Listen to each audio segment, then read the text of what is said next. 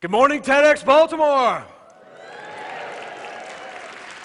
I'm so happy to be here today, but I'm going to need to ask a favor. I'm going to need you guys to lean into weird with me, okay? I mean, look at this topic. It's going to be coming up here shortly. It's going to get weird, right? So you guys ready to lean into weird? All right, good. Wait a minute.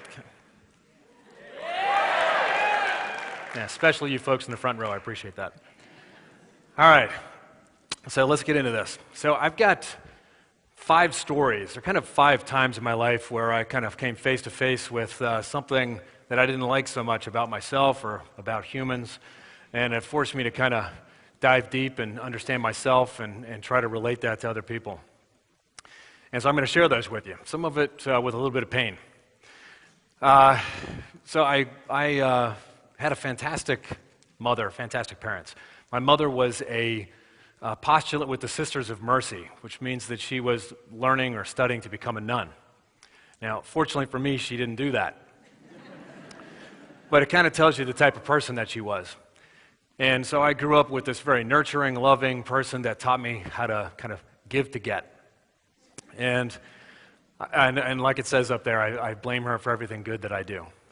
So, if I had the toy, right, that toy that I really loved. Now, this one is particularly cool because it's got the scooper and the dump truck in the same toy. You add in a G.I. Joe with Kung Fu grip, and, all of a sudden you're talking about something really awesome, right? And so I loved this type of stuff. And, of course, when I had it, I didn't want to give it away. My brother, who was a year older, would come over and say that he wanted it, and I'm like, no. And Mom would always come over and say, well, wait a minute. And say, whoever gives this away, they're good. Essentially. I'm going to abbreviate it. She did a much more eloquent job of it. But essentially, she made me feel good, and I wanted her praise. And so I just started giving stuff away. I think I even found stuff to give away, just to have that feeling. And so I started building up all this feeling of goodness over the years. And then, later, when I was older, I'm in college, and, this thing's starting to vibrate. I'm not sure, am I good? Am I bad? Am I a little bit of both? And I happen to be on a church altar, and I am reading from the Bible, one of the last times that I actually did that.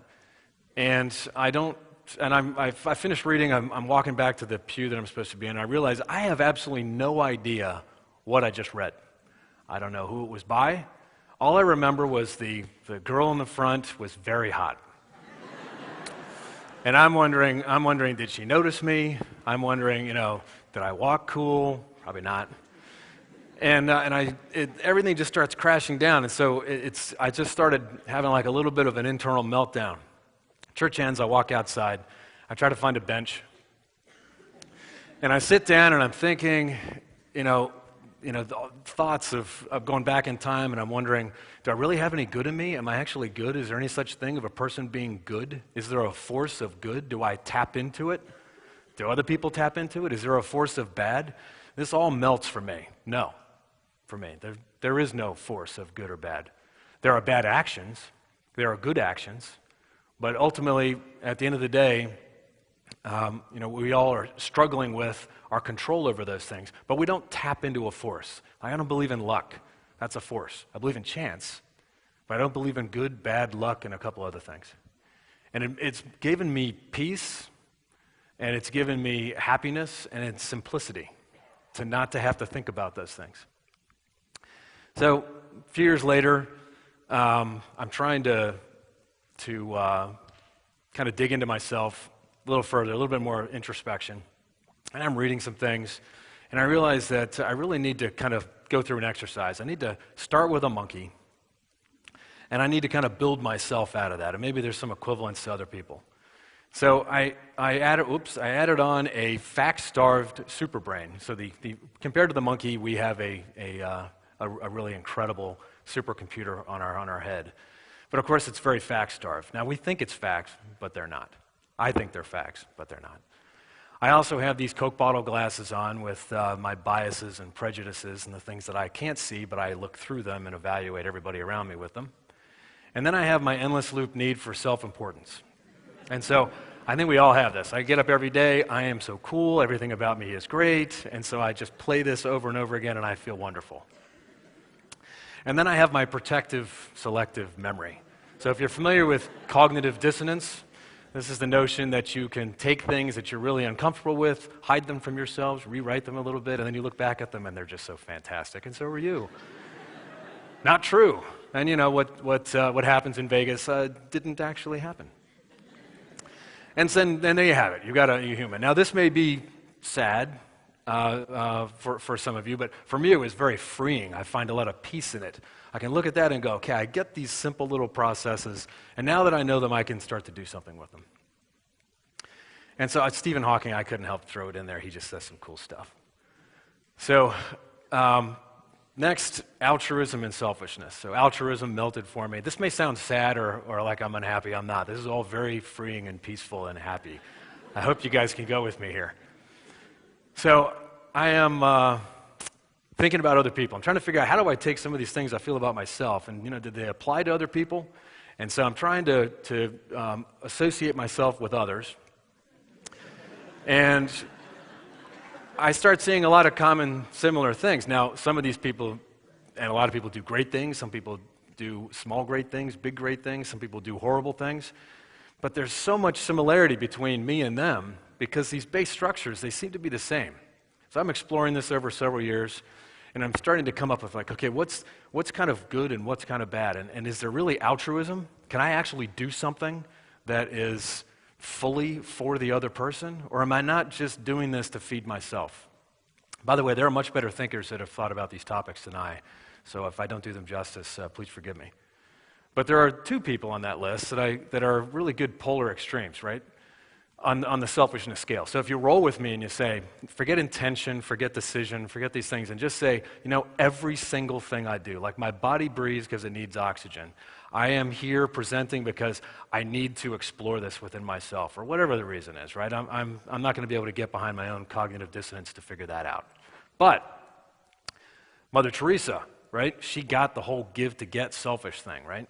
And I would say after interviewing 20-some, 80-plus-year-olds around the world, the only thing that mattered to them at the end of the day, the only thing that fed their id, their ego, their superego, whatever you want to call it, was what they gave, what they did for their family, what they did for their community, their school.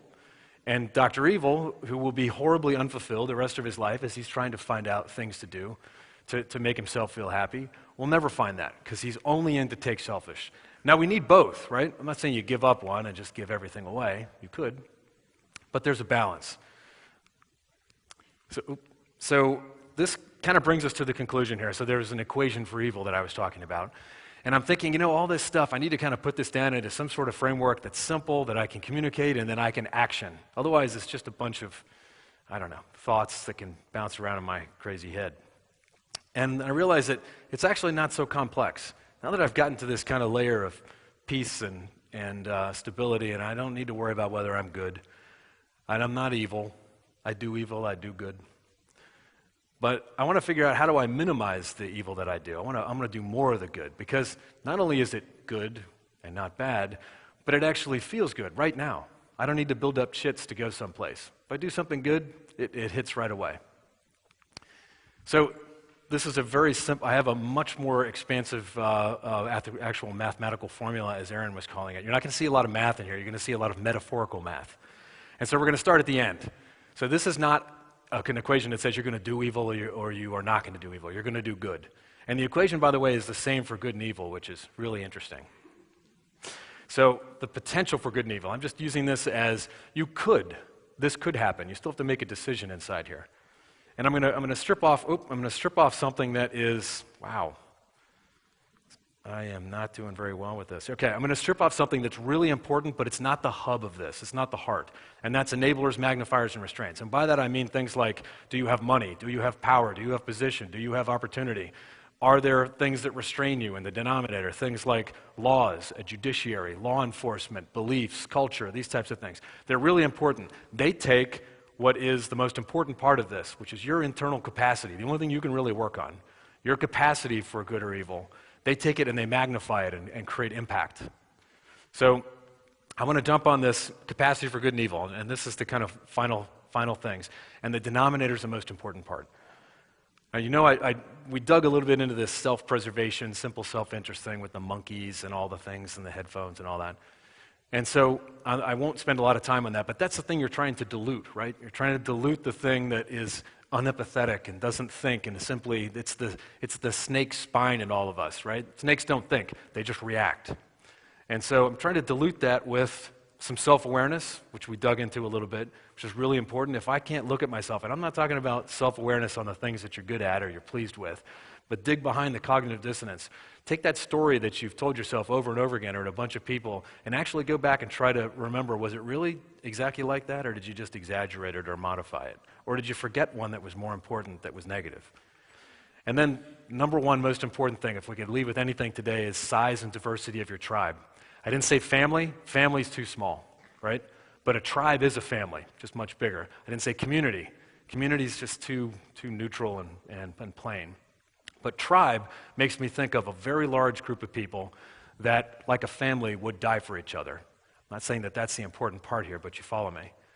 And so, if you take your tribe and you make it 1 million people, and you make it as diverse as you could possibly make it, right? You make it so that it is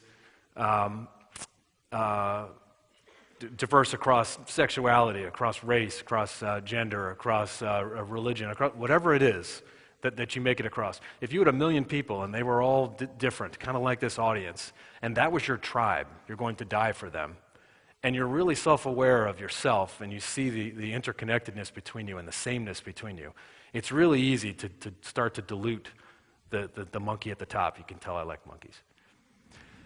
And so I'll leave you with that. I hope I can get into your tribe and you into mine. We can talk later today, and thank you very much.